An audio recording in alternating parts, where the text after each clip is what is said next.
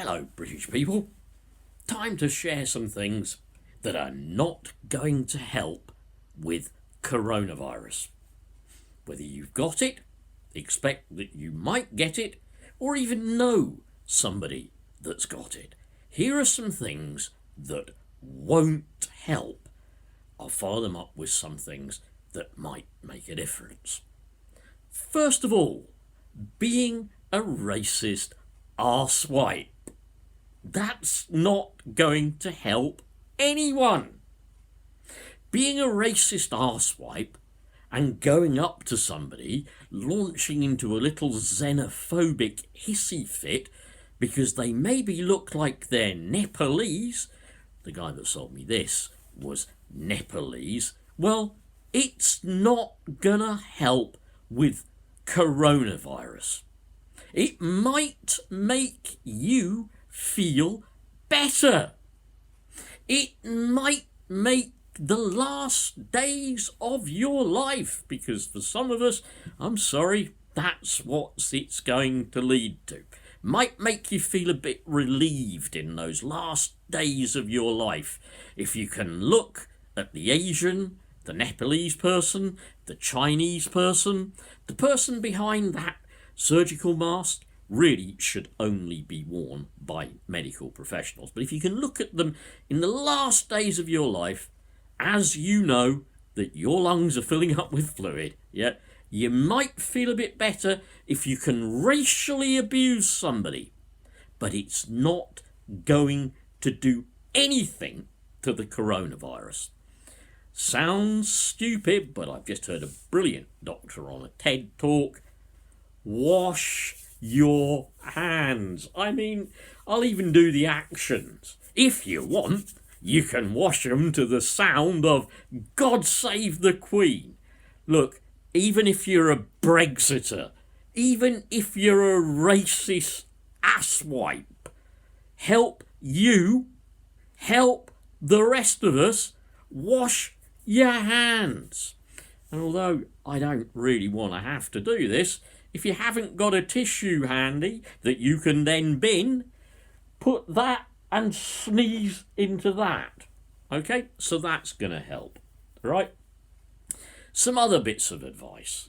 Obviously do the old self-isolation. If you think you need to, do the self-isolation. All right, fair enough. That doesn't sound unreasonable.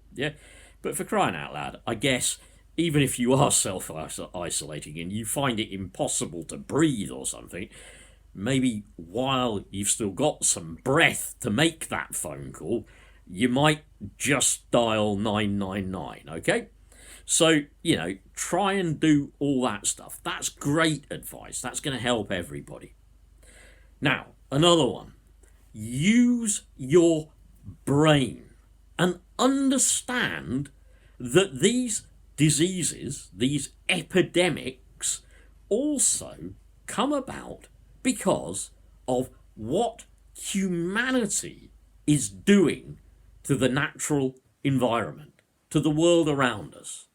Now, if you happen to be a Trumpian who does not believe in global warming, if you happen to be a person, a male person even, who goes absolutely apeshit and is triggered, male person triggered by teenage girl, Greta Thunberg, if you happen to be a male person even triggered by Greta into steaming fits of rage, just use this brain that you've got to try and understand that many of these diseases come from a sort of animal to human jump, if you like. I believe, correct me if I'm wrong, the technical term is zoonotic.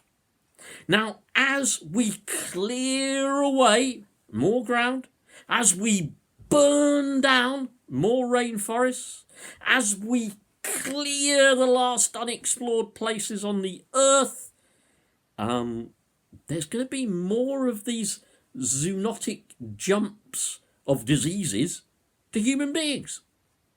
Let's face it, folks, even scientists will admit that bats are pretty good at harbouring stuff that, guess what? They pass on to us. Now, another one that might help you, I've just figured this because I've listened to a great TED talk, okay?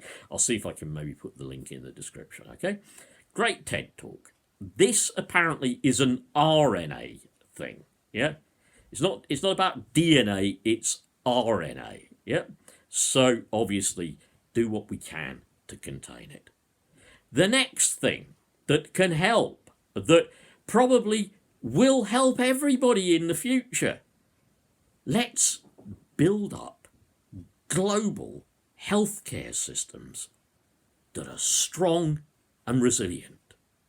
Now, I know it is not in the interests of the money-making, greedy capitalist elites to build those healthcare systems in countries like third world countries that are poor, that don't have the resources. Apparently, this person said, thank God that this kind of kicked off in China, where apparently they do have some kind of health system to at least deal with it. But imagine if it kicked off in somewhere like the Congo or something like that, where there are 3.3 doctors to God knows how many thousand or million people, yeah? So it's to the world's advantage, maybe not to the advantage of the capitalist class, though, to set up global healthcare systems that will help us all. Capitalists, if you're listening, maybe, just maybe, you rich scum might let us spend some money on this rather than just making you richer and more powerful. Okay, capitalist scum? Because that's what you are. That's what you are. Poverty in this world is not about a lack of resources. It's about the allocation of those resources. It's about the allocation of the fruits of the entire world that you choose just selfishly to keep all for yourself. And you get richer, but actually, even you do stand a chance that this little buggy, this little virus, will pass all of your precautions. It will come through your nasal passages. You will one day even inhale it. And guess what? Although you'll have the best healthcare in the world, once it's really got hold in your lungs, even though you'll be able to afford ventilators, ECMO, everything, you'll be able to afford it, even you will die. Anyway, the good news is, right? The good news is do all of those things. Yeah. The good news is let's meet this collaboratively, together. Let's help each other.